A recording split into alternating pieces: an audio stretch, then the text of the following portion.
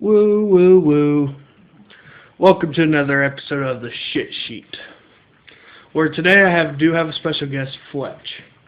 He's been a long-time friend, and he's here today to help me bash on none other than Totally Crappy Wrestling, TNA. So, how you doing today, Fletch? Doing pretty good. So, what's your opinion on TNA? Hope you got a lot of airtime on here. Okay, TNA. They have one good thing going for them. Let's start with the positive. The positive is now they have a developmental deal with OVW. It's a smart decision because now you're actually going to get somebody who's talented and not a has-been.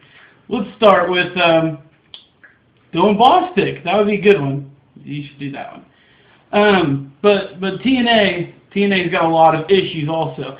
And you would think that they would learn after all these years.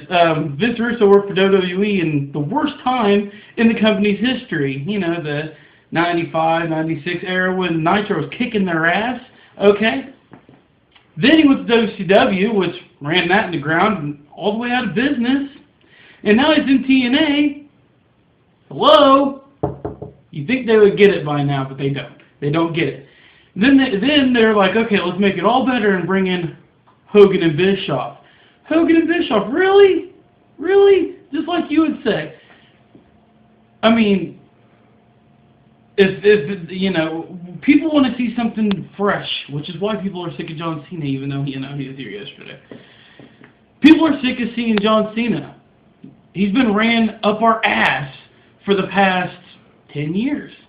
People are sick of it. People don't want to see him as champion. People don't want to see him cram down our throats. That's why when CM Punk came out, something fresh. Hulk Hogan and Eric Bischoff, fresh? Really? Don't think so. No, they're pretty much doing the exact same things WCW did. They're running it in the ground. They have the same people, Ric Flair, Sting, Hogan, Bischoff.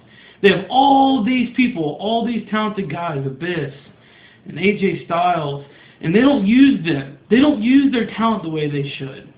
And another problem with TNA is that they stay in one place. They stay in Orlando. They're starting to move around a little bit, doing a little bit of touring.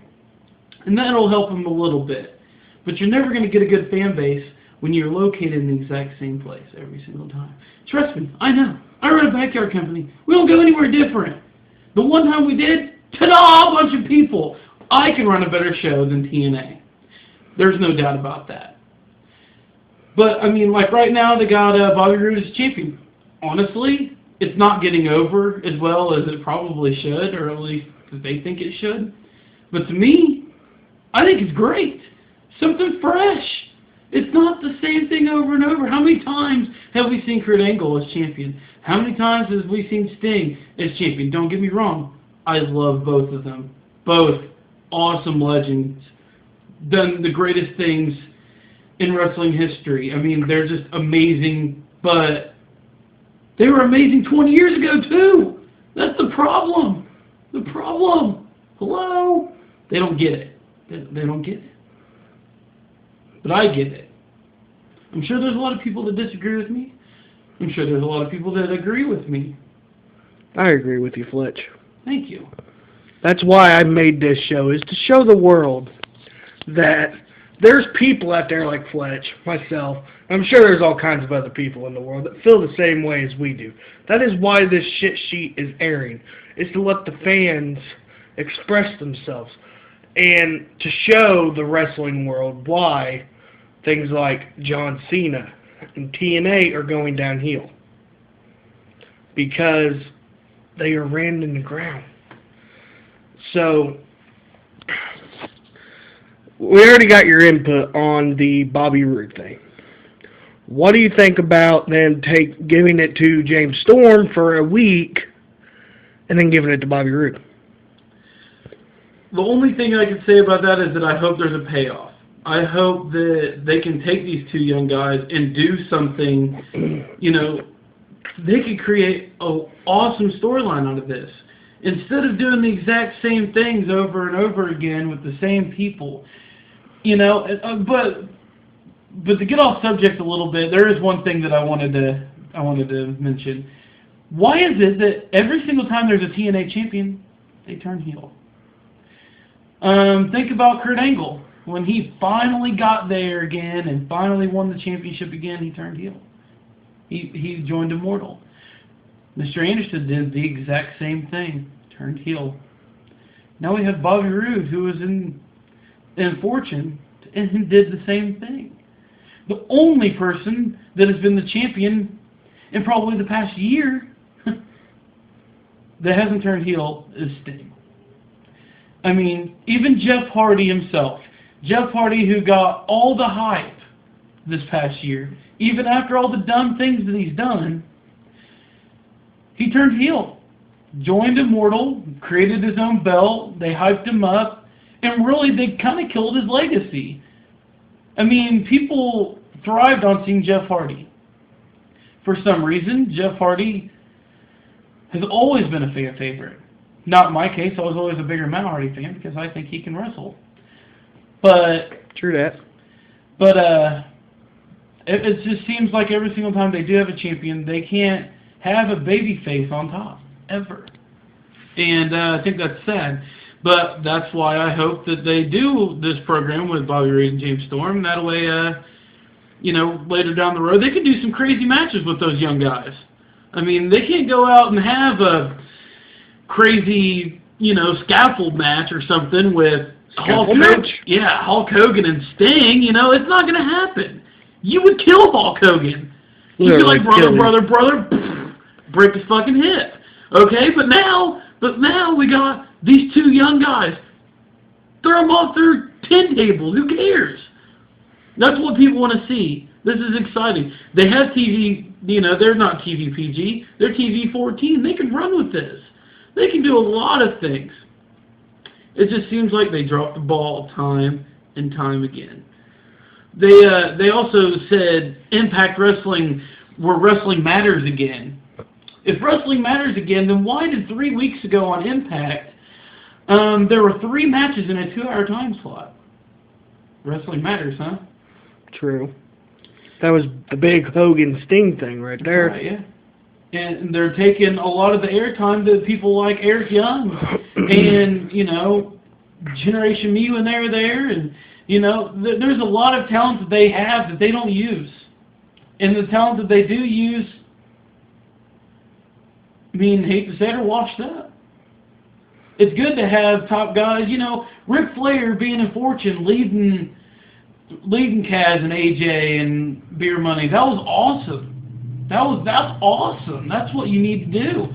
He did the same thing with Evolution. It's a genius. Put an old man with the new talent. Let him show. But again, they blew it. Poo. You blew it. TNA. So the next question. You touched on this topic a little bit. What do you think of the new Jeff Hardy coming back and being for the fans all of a sudden? Yeah, I think what they're trying to do is save his career. He came out and had a 5-second match with Sting, where the fans obviously knew that there was an issue.